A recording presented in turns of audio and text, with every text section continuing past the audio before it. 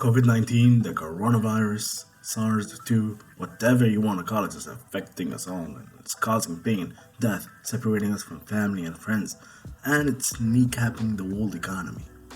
And worst of all, no one really knows how long will this global pandemic last.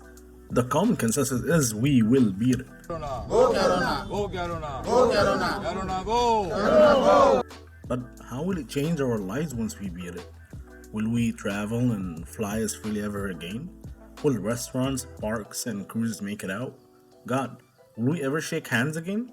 Or will high school kids get their last laugh and prank their teachers in Zoom till the end of times? Hey, yo, Max, can I borrow a pencil?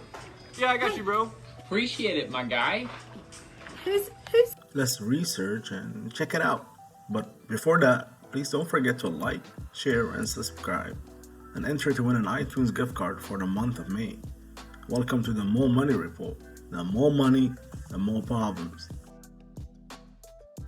Alright, so as of May 2020, it has been a little over 5 months since the coronavirus hit Wuhan and spread to almost every country. Even Trump was a bit surprised with the number of countries on Earth not named China and Mexico.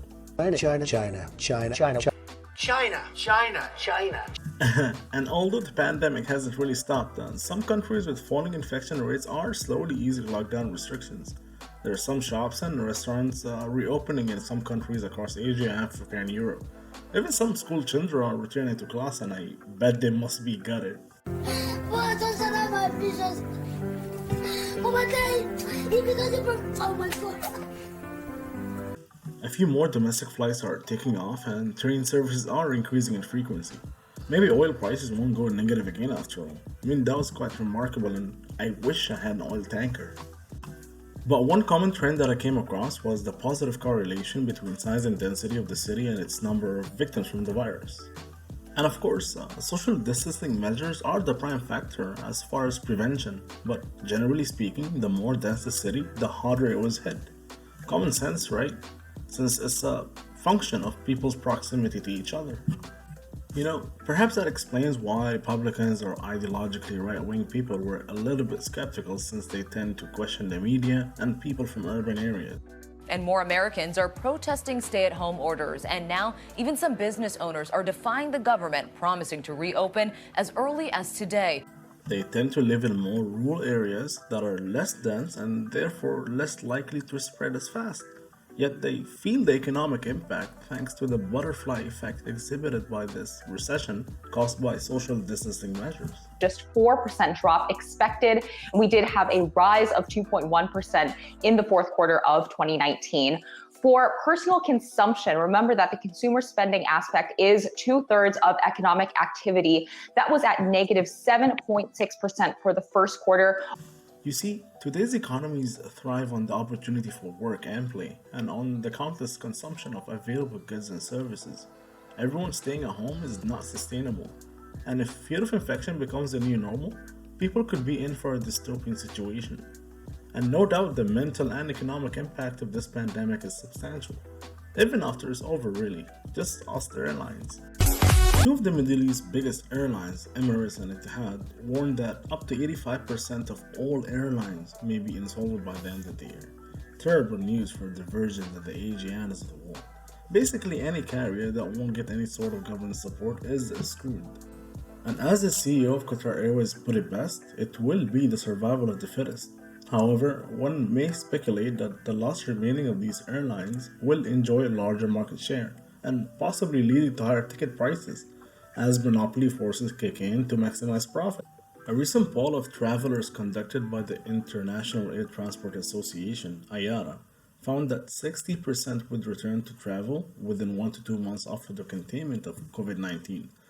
But up to 40%, listen, 40% may wait 6 months or longer.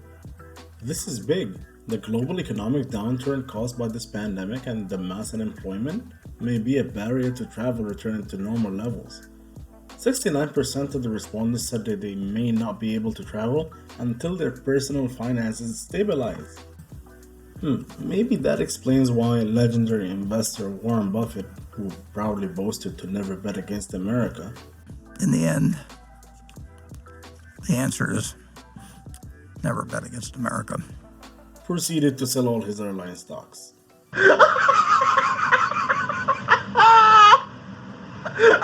However, definitely no one had it worse than cruise liners.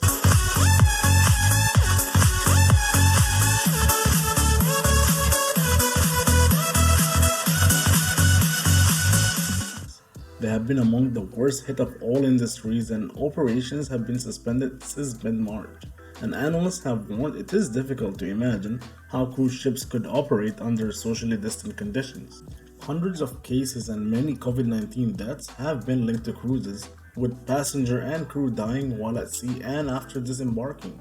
The ships have been described as floating petri dishes of the virus, and passengers have had to stay in quarantine on board ships in Japan and the US since nobody wanted them. More than 620 cases have been confirmed among the passengers and crew on the cruise ship, raising worries about how the virus was able to spread so rapidly among people who should have been isolated.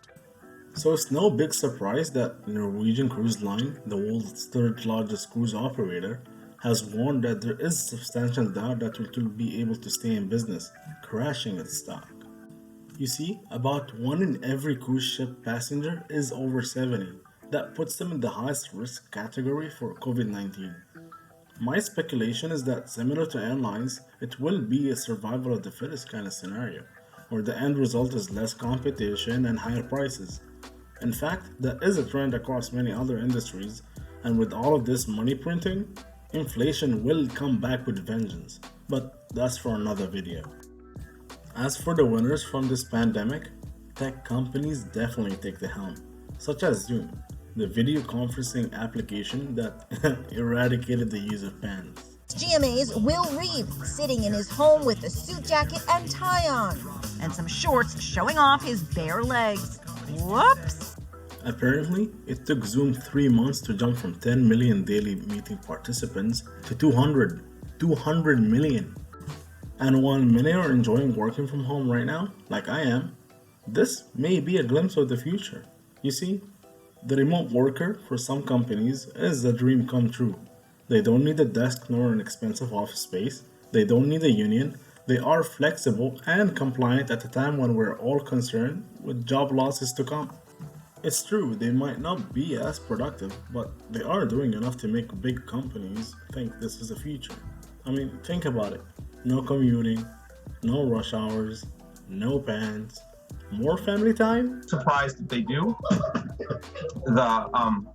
Pardon me. Perhaps this could speed up the rise of online classes and education as well. I don't know, man, but one thing for sure, I'm not bullish on commercial real estate.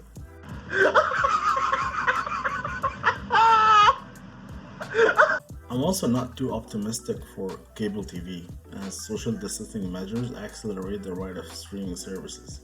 You see, Netflix added 16 million subscribers since the start of the pandemic, while on the other hand, Disney added an even more impressive 25 million users. And while most corporations are freaking out about the effects of the pandemic, video streaming is Gucci. It's becoming a necessity for everyone, really. The shelter-in-place orders are across the world, combined with the loss of live sports, could accelerate the adoption of streaming services that Netflix pioneered. Oh, look around you. Look at this. We created this. This didn't exist before we were here. And as for the large caps, Amazon seems to be doing well as well. Just ask Jeff Bezos. His net worth jumped another 20 billion or so as unemployment numbers hit Great Depression levels. Hey Jeff, if you're watching, just $1 million please.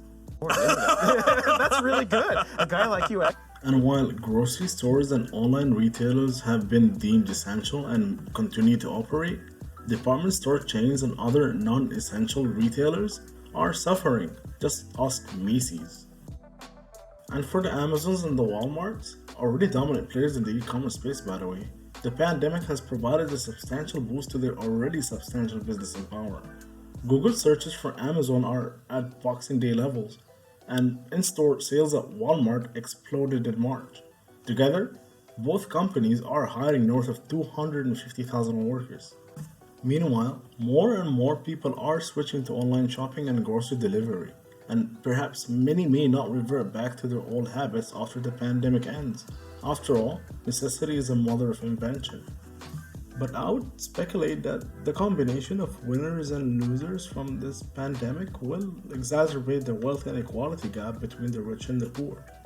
After the lockdown, there will be an immediate sales boom, but it may be short lived if we're not able to spend like now.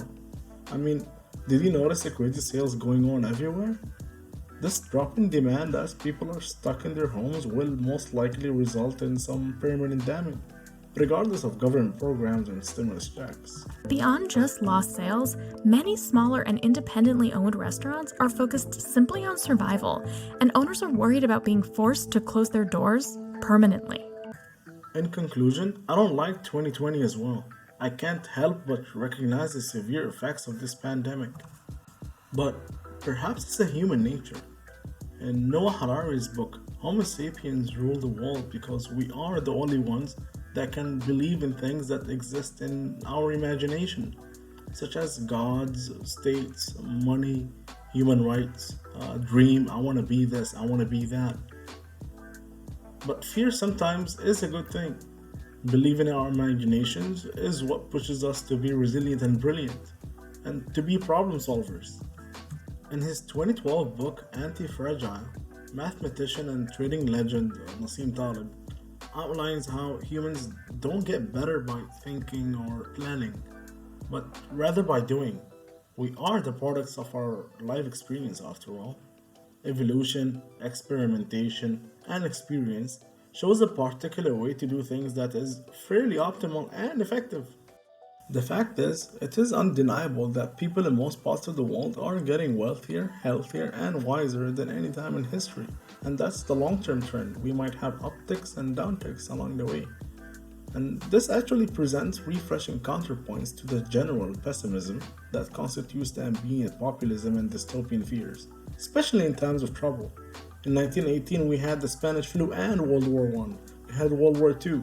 Before all of that, we had the Black Death. But we still survived. And don't get me wrong, yes, absolutely, we could have been much more prepared. But this experience will only make us stronger. And my guess is that it will make the global healthcare system more resilient, ready for the next crisis. And may it be a reminder that we're all in this together. Thank you for joining me in this topic. This is my first YouTube video and I hope you liked it. And I hope I get better with my next videos. Please don't forget to like, share, and subscribe, and enter to win an iTunes gift card for the month of May. And also feel free to comment your thoughts. What would you like me to do next video? And until then, take care.